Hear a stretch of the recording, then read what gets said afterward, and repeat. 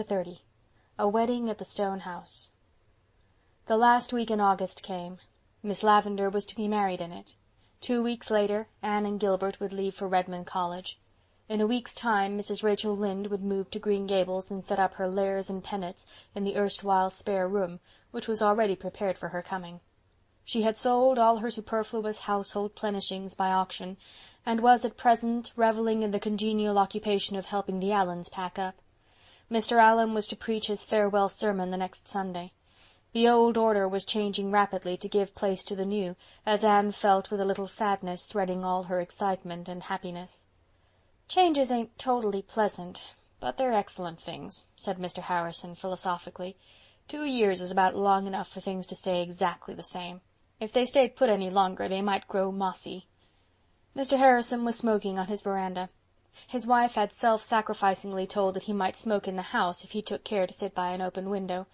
Mr. Harrison rewarded this concession by going outdoors altogether to smoke in fine weather, and so mutual goodwill reigned. Anne had come over to ask Mrs. Harrison for some of her yellow dahlias. She and Diana were going through to Echo Lodge that evening to help Miss Lavendar and Charlotta the Fourth with their final preparations for the morrow's bridal. Miss Lavendar herself never had dahlias. She did not like them, and they would not have suited the fine retirement of her old-fashioned garden. But flowers of any kind were rather scarce in Avonlea and the neighbouring districts that summer, thanks to Uncle Abe's storm, and Anne and Diana thought that a certain old cream-coloured stone jug, usually kept sacred to doughnuts, brimmed over with yellow dahlias, would be just the thing to set in a dim angle of the stone house stairs, against the dark background of red hall paper. "I suppose you'll be startin' off for college in a fortnight's time," continued Mr. Harrison. "Well, we're going to miss you an awful lot, Emily and me. To be sure, Mrs. Lynde'll be over there in your place. There ain't nobody but a substitute can be found for them." The irony of Mr. Harrison's tone is quite untransferable to paper. In spite of his wife's intimacy with Mrs. Lynde, the best that could be said of the relationship between her and Mr. Harrison, even under the new regime, was that they preserved an armed neutrality. "Yes, I'm going," said Anne. "I'm very glad with my head, and very sorry with my heart." "I suppose you'll be scooping up all the honours that are lying round loose at Redmond." "I may try for 1 or 2 of them," confessed Anne, "but I don't care so much for things like that as I did 2 years ago. What I want to get out of my college course is some knowledge of the best way of living life and doing the most and best with it. I want to learn to understand and help other people and myself." Mr. Harrison nodded. "That's the idea exactly. That's what college ought to be for, instead of for turning out a lot of B.A.'s, so chock full of book-learning and vanity that there ain't room for anything else. You're all right. College won't be able to do you much harm, I reckon." Diana and Anne drove over to Echo Lodge after tea, taking with them all the flowery spoil that several predatory expeditions in their own and their neighbours' gardens had yielded. They found the stone house agog with excitement. Charlotta the Fourth was flying around with such vim and briskness that her blue bows seemed really to possess the power of being everywhere at once. Like the helmet of Navarre, Charlotta's blue bows waved ever in the thickest of the fray. "Praise be to goodness you've come," she said devoutly, "for there's heaps of things to do, and the frosting on that cake won't harden, and there's all the silver to be rubbed up yet, and the horsehair trunk to be packed, and the roosters for the chicken salad are running out there beyond the hen house yet, crowing, Miss Shirley, ma'am, and Miss Lavendar ain't to be trusted to do a thing. I was thankful when Mr. Irving came a few minutes ago and took her off for a walk in the woods. Courting's all right in its place, Miss Shirley, ma'am, but if you try to mix it up with cooking and scouring, everything's spoiled. That's my opinion, Miss Shirley, ma'am." Anne and Diana worked so heartily that by 10 o'clock even Charlotta the Fourth was satisfied. She braided her hair in innumerable plaits and took her weary little bones off to bed. "But I'm sure I shan't sleep a blessed wink, Miss Shirley, ma'am, for fear that something'll go wrong at the last minute. The cream won't whip, or Mr. Irving'll have a stroke and not be able to come." "He isn't in the habit of having strokes, is he?" asked Diana, the dimpled corners of her mouth twitching. To Diana, Charlotta the Fourth was, if not exactly a thing of beauty, certainly a joy forever. "They're not things that go by habit," said Charlotta the Fourth with dignity. "They just happen, and there you are. Anybody can have a stroke. You don't have to learn how. Mr. Irving looks a lot like an uncle of mine that had one once, just as he was sitting down to dinner one day. But maybe everything'll go all right. In this world you've just got to hope for the best and prepare for the worst and take whatever God sends." "The only thing I'm worried about is that it won't be fine tomorrow," said Diana. "Uncle Abe predicted rain for the middle of the week, and ever since that big storm I can't help believing there's a good deal in what Uncle Abe says." Anne, who knew better than Diana just how much Uncle Abe had to do with the storm, was not much disturbed by this. She slept the sleep of the just and weary, and was roused at an unearthly hour by Charlotta the Fourth. "Oh, Miss Shirley, ma'am, it's awful to call you so early," came wailing through the keyhole, "but there's so much to do yet, and oh, Miss Shirley, ma'am, I'm skeered it's gonna rain, and I wish you'd get up and tell me you think it ain't." Anne flew to the window, hoping against hope that Charlotta the Fourth was saying this merely by way of rousing her effectually. But alas, the morning did look unpropitious. Below the window Miss Lavendar's garden, which should have been a glory of pale virgin sunshine, lay dim and windless, and the sky over the firs was dark with moody clouds. "Isn't it too mean?" said Diana. "We must hope for the best," said Anne determinedly. "If it only doesn't actually rain, a cool pearly grey day like this would really be nicer than hot sunshine." "But it will rain," mourned Charlotta, creeping into the room, a figure of fun with her many braids wound about her head, the ends tied up with white thread sticking out in all directions. "It'll hold off till the last minute, and then poor cats and dogs, and all the folks will get sopping, and track mud all over the house, and they won't be able to get married under the honeysuckle, and it's awful unlucky for no sun to shine on a bride, say what you will, Miss Shirley, ma'am. I knew things were going too well to last." Charlotta the Fourth seemed certainly to have borrowed a leaf out of Miss Eliza Andrews' book. It did not rain, though it kept on looking as if it meant to. By noon the rooms were decorated, the table beautifully laid, and upstairs was waiting a bride, adorned for her husband. "You do look sweet," said Anne rapturously. "Lovely," echoed Diana.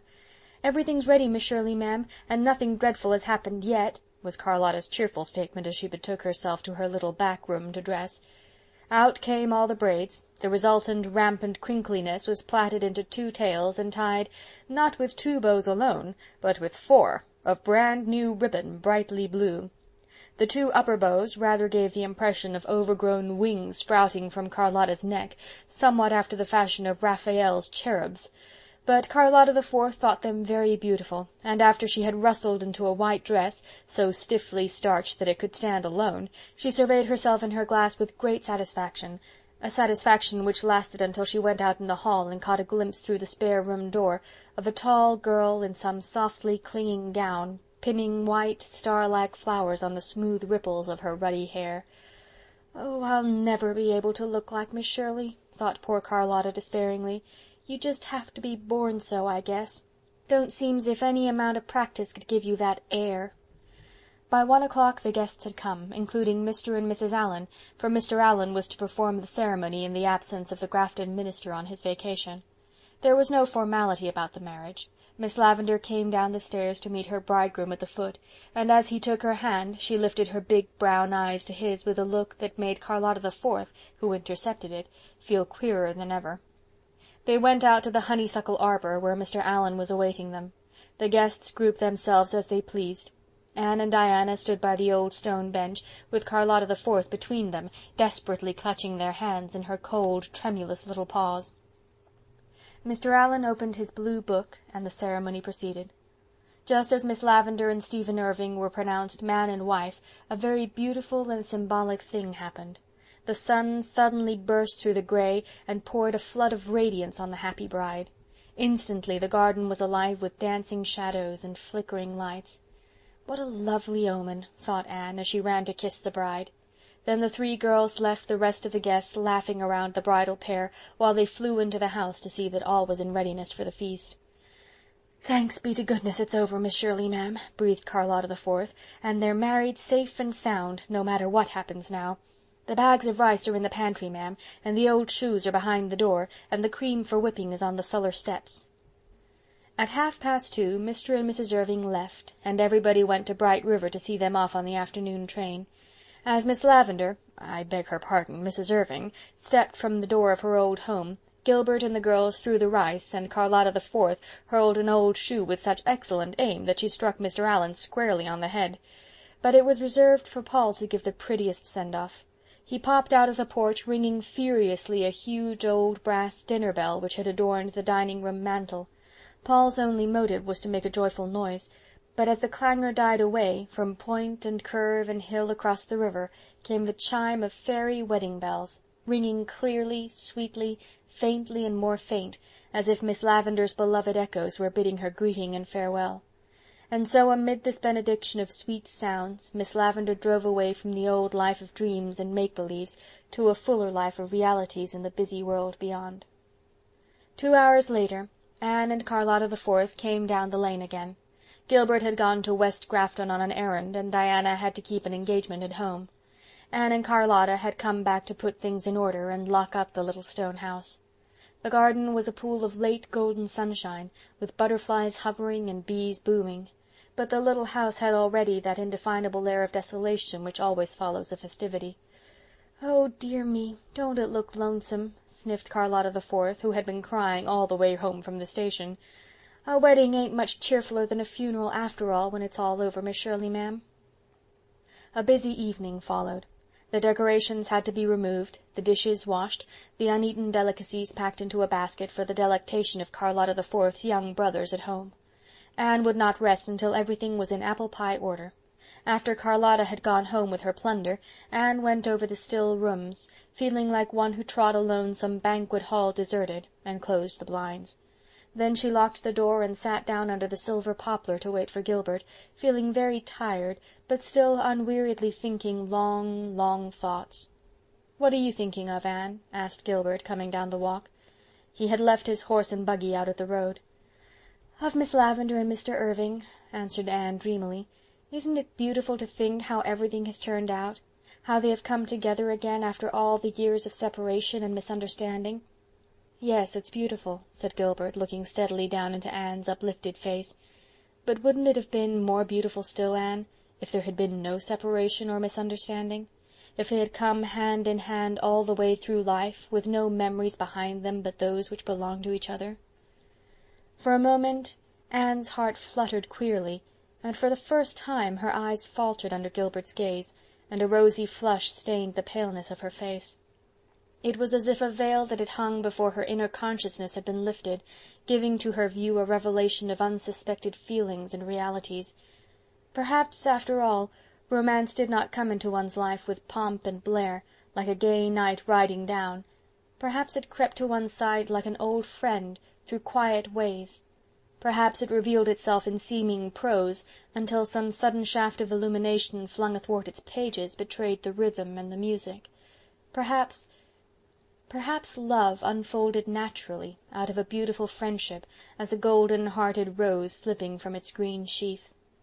Then the veil dropped again, but the Anne who walked up the dark lane was not quite the same Anne who had driven gaily down it the evening before. The page of girlhood had been turned as by an unseen finger, and the page of womanhood was before her with all its charm and mystery, its pain and gladness.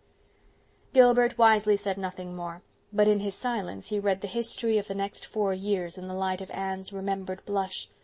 4 years of earnest, happy work, and then the guerdon of a useful knowledge gained and a sweet heart won. Behind them in the garden the little stone house brooded among the shadows. It was lonely but not forsaken. It had not yet done with dreams and laughter and the joy of life. There were to be future summers for the little stone house. Meanwhile it could wait. And over the river in purple durance the echoes bided their time. End of chapter 30. End of Anne of Avonlea by Lucy Maud Montgomery.